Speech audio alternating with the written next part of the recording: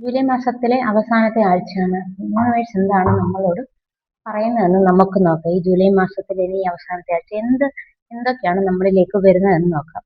ഒരു 6 card spread എടുത്ത് നോക്കാം.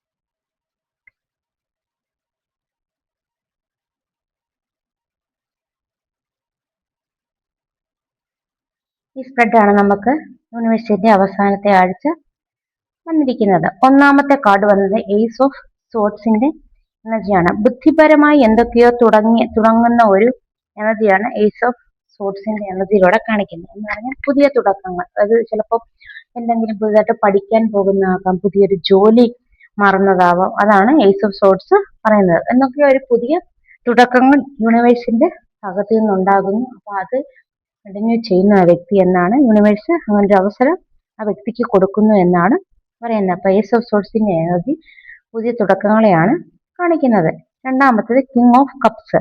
കിങ് ഓഫ് കപ്സ് എന്ന് പറഞ്ഞു കഴിഞ്ഞാൽ നമ്മുടെ സാഹചര്യം ഒട്ടും അനുകൂലമല്ലാത്ത ഒരു വ്യക്തി ഇമോഷൻസിനെ കൺട്രോൾ ചെയ്യാൻ കഷ്ടപ്പെടുന്ന ഒരു എനർജിയാണ് യൂണിവേഴ്സ് ഇതിലൂടെ കാണിക്കപ്പെടുന്നത്. ഇത് ജീവിത സാഹചര്യം മോശമായത് കൊണ്ട് മുന്നോട്ട് ജീവിക്കേണ്ടി വരുന്ന, ചിലപ്പോൾ മക്കളെ ഓർത്തും ജീവിതത്തെ ഓർത്തും ഒക്കെ മുന്നോട്ട് ജീവിക്കേണ്ടി വരുന്ന ഒരു എനർജിയുടെ ഒരു വ്യക്തിയുടെ എനർജിയാണ് ഈ കിങ് ഓഫ് കപ്സ് എന്ന എനർജി. ഇപ്പൊ വികാരങ്ങളെയൊക്കെ ഉള്ളിലൊതുക്കി മുന്നോട്ട് പോകേണ്ട ഒരു അവസ്ഥ. പലരും ജീവിക്കുന്ന അങ്ങനെയാണ്. ഇഷ്ടമില്ലാത്തൊരു ജീവിതമാണെങ്കിലും മുന്നോട്ട് ജീവിച്ചുകൊണ്ടിരിക്കുന്നു. അതേപോലത്തെ ഒരു അവസ്ഥയാണ് ഈ കിങ് ഓഫ് കപ്പിലൂടെ നമുക്ക് കാണിച്ചു തരുന്നത്. മറ്റാർക്കൊക്കെയോ വേണ്ടിയിട്ട് ജീവിക്കുന്ന ഒരവസ്ഥയാണ് ഈ കിങ് ഓഫ് കപ്പിലൂടെ യൂണിവേഴ്സ് നമുക്ക് പറഞ്ഞു തരുന്നത്. അപ്പൊ ആ വ്യക്തിക്ക് ഒട്ടും ഇഷ്ടമല്ല മുന്നോട്ട് പോകാൻ, എങ്കിലും ഈ ഇമോഷൻസ് ഒക്കെ ഉള്ളിൽ ഒതുക്കി മുന്നോട്ട് പോയേ പറ്റൂ എന്ന എനർജിയിലാണ് ഇരിക്കുന്നത്. രണ്ടാമത്തെ മജിഷ്യൻ എനർജിയാണ്. മജിഷ്യൻ എന്ന വ്യക്തി കയ്യിലെല്ലാം ഉള്ള വ്യക്തിയാണ്. അപ്പം മാനിഫെസ്റ്റേഷന്റെ ഒരു കാർഡാണ്. അപ്പൊ നിങ്ങൾ എന്തെങ്കിലും മാനിഫെസ്റ്റേഷൻ നടത്തിയിട്ടുണ്ടെങ്കിൽ ഈ ആഴ്ച അത് നടന്നു കിട്ടുമെന്നാണ് യൂണിവേഴ്സ് പറയുന്നത്. എന്തിനെങ്കിലും വേണ്ടിയിട്ട് മാനിഫെസ്റ്റേഷൻ ഒക്കെ നടത്തിയിട്ടുണ്ടെങ്കിൽ അതൊക്കെ ഈ ആഴ്ച നടക്കുമെന്നാണ് കാണുന്നത്. അതാണ് മജിഷ്യന്റെ എനർജി പറയുന്നത്. അടുത്തത് 5 ഓഫ് വാൺസിന്റെ എനർജിയാണ്. 5 ഓഫ് വാൺസിന്റെ എനർജി എന്ന് പറഞ്ഞു കഴിഞ്ഞാൽ ഒത്തിരിയധികം വിപരീതമായ സാഹചര്യങ്ങളെയോ വിപരീതമായ വ്യക്തികളെയോ ഒക്കെ മുന്നോട്ട് നേരിടേണ്ടി വരുന്ന ഒരു എനർജിയാണ് 5 ഓഫ് സോർട്സിന്റെ എനർജി. അപ്പോൾ സ്വതവേ വിജയികൾക്ക് ശത്രുക്കളും ഉണ്ടാകും. അപ്പോൾ ഒത്തിരിയധികം വ്യക്തികളെ എതിരായി വരുന്ന വ്യക്തികളെ തോൽപ്പിച്ചുകൊണ്ട് മുന്നോട്ട് പോകേണ്ട ഒരു എനർജിയാണ്. എന്ന് പറഞ്ഞാൽ നമ്മുടെ ജീവിത സാഹചര്യത്തിലാന്ന് പറഞ്ഞാൽ പലവിധമായ സാഹചര്യങ്ങളെ നമുക്ക് മുന്നോട്ട് തരണം ചെയ്ത് പോകേണ്ട ഒരവസ്ഥയാണ് ഈ കാർഡിലൂടെ നമുക്ക് കാണിച്ചിരുന്നത്. അടുത്തത് 8 ഓഫ് സോർട്സിന്റെ എനർജിയാണ്. 8 ഓഫ് സോർട്സിന്റെ എനർജി വരുന്നത് ചിന്തകളാൽ ചുറ്റപ്പെട്ട് കിടക്കുന്ന ഒരു വ്യക്തിയുടെ എനർജിയാണ് 8 ഓഫ് സോർട്സ് എന്ന കാർഡ് പറയുന്നത്.